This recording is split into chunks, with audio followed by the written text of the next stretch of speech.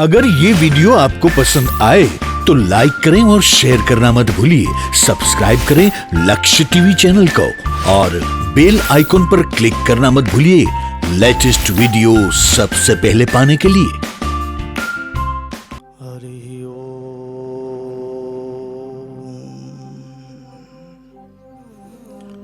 प्रभुर्नंद कुमारो में स्वामिनी वृषभानुजा कृतार्थोऽहम् कृतार्थोऽहं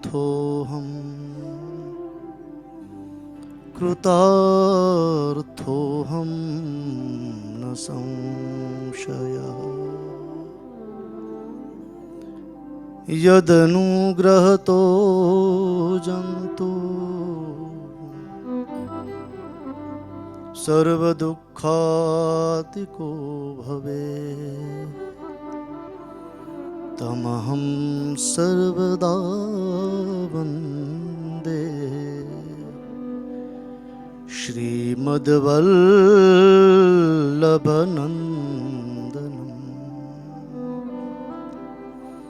श्री गोवर्धननाथ की जय। श्री वल्लभाधीश की जय। श्याम सुंदर श्री यमुने महारानी की जय। गुसाई जी परम दयाल की जय। श्री वल्लभ विठ्ठल गिरिधारी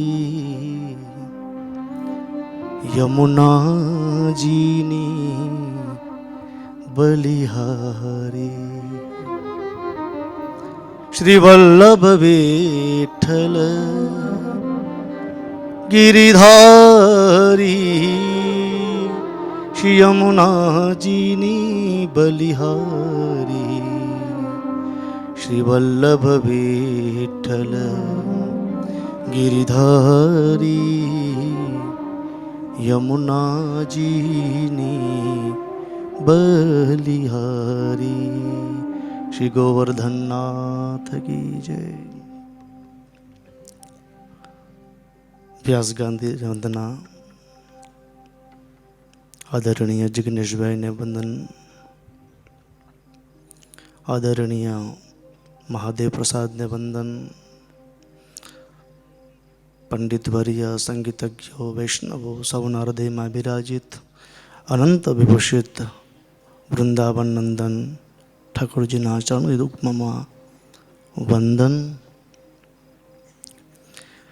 पिक्चरનો એક નિયમ હોય છે ભાઈ કે ડાયરેક્ટર ઓછું બોલે, ડાયરેક્ટર દેખાય નહીં સિનેમામાં, એટલે હું ડાયરેક્ટર છું, આ બંને મારા હીરો છે. ડાયરેક્ટરનું કામ શું હોય?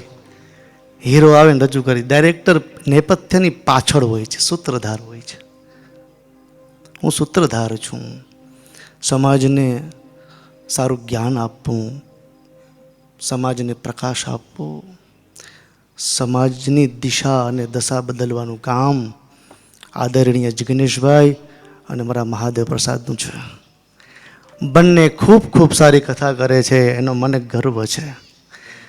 અને એક વસ્તુ યાદ રાખવી, ગુરુ અને બાપ, દીકરો છે ને એ બહુ મોટો થાય ને તો બાપને બહુ મજા આવે, અને શિષ્ય જેટલો મોટો થાય ને ગુરુને બહુ મજા આવે. ગુરુ એમ થાય કે મારા શિષ્યો મને પરાસ્ત કરી દે, અને બાપને એમ થાય કે મારા દીકરાઓ મને પરાસ્ત કરે. અને બંનેને જોઉં છું ત્યારે મારી આંખમાં આમ આંસુ આવવા લાગે કે બાપ મને પરાસ્ત કર્યો, બંને રાજી છીએ બાપ. પણ એક વસ્તુ મારે ખાસ કહેવી છે, તમે બેઠા છો તો આ વલ્લભાચાર્ય નગર તો આખી સેવાની પરંપરા, વૈષ્ણવી પરંપરામાં 7 દિવસમાં 5 પ્રકારની સેવા તમે કરી છે. પહેલી સેવા સાંભળવું. સાંભળવું છે ને એ શબ્દ બ્રહ્મની સેવા છે. અહીંથી શબ્દ છે બ્રહ્મ તરીકે તમારા પ્રવિશ્ય કણરંધ્રેણ તમારા કાનના એ છિદ્ર દ્વારા એ જે શબ્દ બ્રહ્મ છે તમારા હૃદય સુધી પહોંચે તો ઠાકોરજી પ્રસન્ન થાય છે. પહેલી સેવા છે શબ્દ બ્રહ્મ એટલે સાંભળવું. બીજી ભાગવતજીની સેવા છે એ વાંચવું. બીજી સેવા છે એનું નામ છે અક્ષર બ્રહ્મ. કેવલ ને કેવલ તમે ભાગવત સાંભળશો તો વાત નહીં થાય વાલા, તમારે ભાગવતને વાંચવું પડશે. કેવલ શ્રવણ નહીં, એનું પઠન પણ થવું જોઈએ. એટલે પહેલી સેવા છે એ છે શબ્દ બ્રહ્મ સાંભળવું. બીજી સેવા છે એ અક્ષર બ્રહ્મ વાંચવું. ત્રીજી સેવા છે નામ બ્રહ્મ, ભગવાનના જપ કરવા. જપાત સિદ્ધિ. માણસ હરિભજન કરે, અમુક ભજન કરે અને અમુક ભોજન કરે. ભોજન અને ભજન આ બંને થવું જોઈએ. ભોજનમ તો વરમ મનીએ, ભાગવતજીમાં પણ છે. જો કથામાં શ્રવણમાં વિઘ્ન આવતું હોય તો ભોજન કરીને પણ ભજન કરાય. એટલે એનો અર્થ એવો થાય છે કે ભગવાનનું નામ લેવું ને એ નામ બ્રહ્મ છે. ત્રીજું ચોથું ધામ બ્રહ્મ છે. હમણાં જિગ્નેશભાઈની જગન્નાથપુરી કથા છે, કૈલાસ માનસરોવરમાં કથા છે, મહાદેવભાઈ પણ તીર્થાટન કરતા હોય છે. તો એ શું છે? ધામ બ્રહ્મ. નામ બ્રહ્મ, ધામ બ્રહ્મ, શબ્દ બ્રહ્મ, અક્ષર બ્રહ્મ. અને પાંચમી સેવા આપણી વૈષ્ણવ છે એ છે સ્વરૂપ બ્રહ્મ, મૂર્તિ પૂજા. માણસ સતત એમાં યાદ રાખજો. મને હમણાં એક વ્યક્તિ પૂછ્યું હતું કે ભાગવત શા માટે સાંભળવું એટલી કલાક બેસીને? મેં એવું કીધું કે કોઈને જાણવા માટે પહેલાં એના ગુણગાન, એની લીલાઓ સાંભળવી પડે. ભાગવત એ તમને કૃષ્ણ તરફ લઈ જાય છે.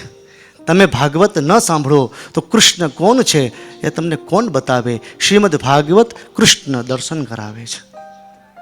એટલે આ ભાગવતજી છે એ સ્વયં 5 પ્રકારના બ્રહ્મ તત્વનો ઉદ્દેશ આપે છે, ધ્યેય આપે છે. મૂર્તિ પૂજાનું બહુ મોટું રહસ્ય છે. આપણી વૈષ્ણવી પરંપરામાં તો સેવા પદ્ધતિ છે જ. તો સતત ભાગવતને વાંચીએ, એને સાંભળીએ, ભગવાનનું સંકીર્તન કરીએ, તીર્થાટન કરીએ અને નિત્ય ભગવાનની સેવા કરીએ. ભાગવત એટલે શું? એની વ્યાખ્યાઓ ભગવતા પ્રોક્તમ ભાગવતમ, ઘણી બધી વ્યાખ્યાઓ છે. 3 નિષ્ઠા જેનામાં હોય એને ભાગવત કહેવામાં આવે છે. કેવલ ને કેવળ 3 નિષ્ઠા: તુલસી નિષ્ઠા, નામ નિષ્ઠા અને એકાદશી નિષ્ઠા. જેના આંગણે તુલસીનો ક્યારો ન હોય, સમજવાનું આ ભાગવત નથી. ભાગવતનો અર્થ જ આ થાય છે જેના ક્યારે તુલસીજી હોય. અચ્છા, બીજું, જેના ઘરમાં ભગવાનનું નામ લેવાય એ ભાગવત છે. એ ઝૂંપડીમાં રહેતો હોય ને સાહેબ તો પણ ભગવાનનું નામ લેતો હોય તો એનું ઝૂંપડી છે ને એ વૈકુંઠ છે અને સ્વયં ભાગવત છે.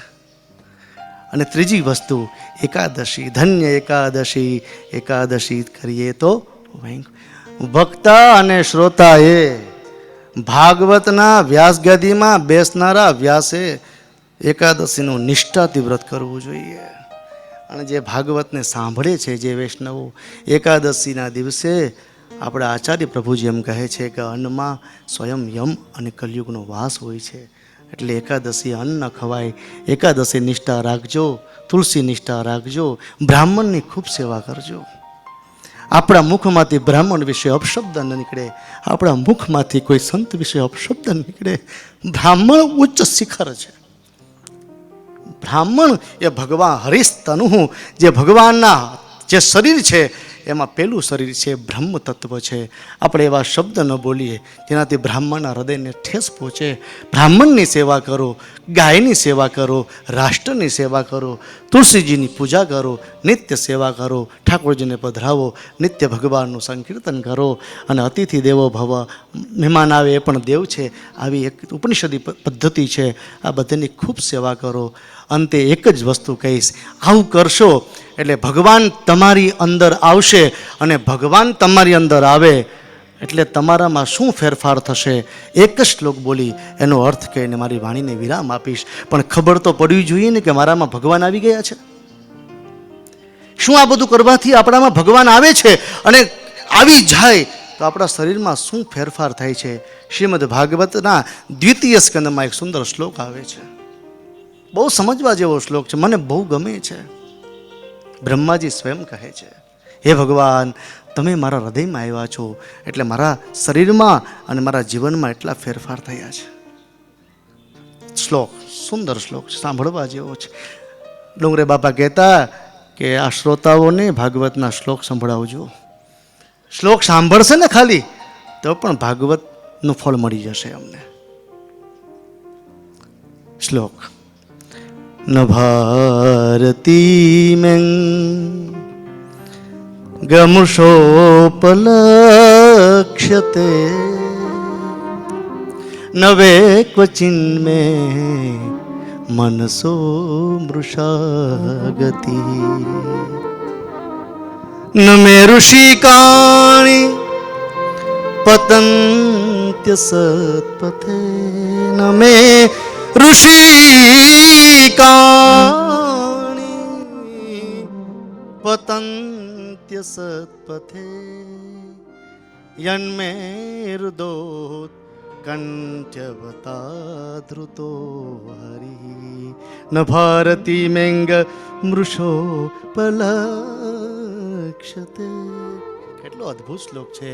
હે ભગવાન, હે ઠાકોરજી, હે ગોવર્ધનધારી, હે દ્વારકાધીશ, તમે મારા જીવનમાં મારા શરીરમાં આવી ગયા છો. મેં ભારતી ન ઉપલક્ષતે મૃષા. ભગવાન, તમે મારા શરીરમાં આવ્યા છો તો મારી વાણી ક્યારેક ખરાબ નથી બોલતી. ન ભારતી મેંગ મૃષા ઉપલક્ષતે. મારી વાણી સત્ય બોલે છે, મધુર બોલે છે. સત્યમ બ્રુયાત પ્રિયમ બ્રુયાત ન બ્રુયાત સત્યમ અપ્ય પ્રિયમ. હમણાં મહાદેવ પ્રસાદે સરસ વાત કરી. મારી વાણી મધુર બની જાય, કોઈની નિંદા મારા મુખમાંથી ન નીકળે. યાદ રાખવાનું, આપણા મુખમાંથી કોઈની નિંદા ક્યારેય ન નીકળે. સમજવાનું, આપણો ઠાકોર પ્રસન્ન છે આપણા ઉપર. બીજી વસ્તુ છે, નમે મારું મન છે, એ મન ક્યારે મૃષા ગતિ ન કરે. મારું મન એકાંત રહે તો મારું મન છે ચંચલ ન બને. એ ખરાબ કામ આનો ભદ્રાકૃતવા. હમણાં વાત કરી, મારા મન છે એમાં ભદ્રકાલી વિચારો આવે, શુદ્ધ વિચારો રહે, મારું મન વિશુદ્ધ રહે. કેમ કે મન બહુ બળવાન છે. એક મીણબત્તી હોય, એ મીણબત્તીને તમે પ્રકાશમાં સવારે મૂકો તો મીણબત્તી કરતાં સૂર્યનો તાપ વધારે તેજસ્વી છે. એનો અર્થ એવો થાય છે કે મીણબત્તી કરતાં પણ વધારે પ્રકાશિત કોણ છે? સૂર્ય છે. શાસ્ત્ર એમ કહે છે, સૂર્યથી કોઈ પ્રકાશિત હોય તો આપણું મન છે, અને મનથી પણ કોઈ પ્રકાશિત હોય તો આપણી બુદ્ધિ છે, અને બુદ્ધિથી કોઈ પ્રકાશિત હોય તો આપણી આત્મા છે, અને આત્માથી કોઈ વધારે પ્રકાશિત હોય તો એ પરમાત્મા છે, અને પરમાત્મા કરતાં કોઈ પ્રકાશિત હોય તો શ્રીમદ ભાગવતજી છે. એક સાક્ષાત સૂર્ય છે. મારું મન મૃષા ગતિ ન કરે. મેં ઋષિકાણી ન પતંતી અસત્પથે. મારી ઇન્દ્રિયો, હમણાં કીધું ને, મારા હાથ, મારી આંખો, મારા પગ એ અસત પથ ઉપર ક્યારેય ન જાય. મારી ઇન્દ્રિયો હંમેશા, મારી આંખ ઠાકોરજીના દર્શન કરે, મારા હાથ ઠાકોરજીની સેવા કરે, મારા પગ ઠાકોરજીના મંદિર સુધી, હવેલી સુધી જાય, ત્યાં જઈને બેસી જાય. નિત્ય ભગવાનનું જે પ્રસાદ છે બીડાજી અમે ગ્રહણ કરીએ, અને ગુરુનો હાથ અમારા ઉપર રહે. આ હંમેશા બને. આ ત્રણ વસ્તુ બને. સમજવાનું, ભગવાન હરિ, સાક્ષાત ભગવાન ઠાકોરજી તમારા હૃદયમાં આવી ગયા છે. જ્યાં સુધી ત્રણ વસ્તુ નહીં થાય, વૃથા ગતિ, વૃથા સ્મૃતિ અને વૃથા મતિનો ત્યાગ નહીં થાય, ત્યાં સુધી સમજવાનું હજી ભાગવતની પ્રસન્નતા નથી અને નથી. એક જ આશીર્વાદ છે વાલા, હંમેશા એક જ વસ્તુ હું છેલ્લે બોલું છું, કોઈને નડતા નહીં. મારું સતત એ જ છેલ્લું વાક્ય મારું આ જ હોય છે, જીવનમાં કોઈને નરવું નહીં. મૈત્રી ભાવનું પવિત્ર ઝરણું મુજ હૈયામાં વહ્યા કરે, શુભ થાઓ આ સકલ વિશ્વનું. બ્રાહ્મણ હોય, પટેલ હોય, આહિર સમાજ હોય, ક્ષત્રિય હોય, અન્ય કોઈ જાતિઓ હોય, બ્રાહ્મણ બધે માટે સમાન છે. બ્રાહ્મણ સાક્ષાત હરિનું રૂપ છે, અને બ્રાહ્મણ એક જ વસ્તુ કરે કે સમાજ એકત્રિત કેમ થાય, સમાજ કેમ સાથે મળીને વસુધૈવ અયમ નિજ પરોવેતી ગણના લઘુચેતસામ ઉદાર ચરિતા નામ તું વસુધૈવ કુટુંબકમ. આ હું છું ને આ તું છે, એ તો નાના માણસનું કામ છે વાલા. પણ બ્રાહ્મણ તત્વ એવું છે એમ કે છે કે આખી પૃથ્વી છે, કુટુંબ છે, આ આહિર હોય, પટેલ હોય, વાણિયા હોય, બ્રાહ્મણ હોય, જે પણ હોય, પહેલાં આપણે હિન્દુ છીએ, પહેલાં આપણે વૈષ્ણવ છીએ, પહેલાં આપણે ભારતીય છીએ, એ ક્યારેય ન ભૂલીએ. અને વ્યાસની આ જ પરંપરા છે. વ્યાસ બધાને જોડે છે સમાજને, અને એમાંથી કંઈ પેલું થતું હોય તો બધા બ્રાહ્મણોને સ્વીકારે, બ્રાહ્મણને વંદના કરે, હંમેશા બ્રાહ્મણના આશીષ લે. અહીંથી એક જ વસ્તુ કહેવાની, વાલા, ખુશ રહો, આબાદ રહો અને આનંદ કરો. અને છેલ્લે બે જ પંક્તિમાં હરિશરણમ હરિશરણમ હરિશરણમ હરિશરણમ. હરિશરણથી મારી યાત્રા, આ વાણીરૂપી વિલાસની યાત્રા પૂર્ણ કરું છું. આપ સૌના હૃદયમાં બિરાજી ઠાકોરજીને વંદના, બેઠેલા ભૂદેવોને વંદના, વ્યાસગાદીને પુનઃ પુનઃ વંદના કરી નમો નમઃ અસ્તુ સમ. अगर ये वीडियो आपको पसंद आया हो तो लाइक करें और शेयर करना मत भूलिए. सब्सक्राइब करें लक्ष्य टीवी चैनल को, हाँ, और बेल आइकॉन पर क्लिक करना मत भूलिएगा लेटेस्ट वीडियो सबसे पहले पाने के लिए.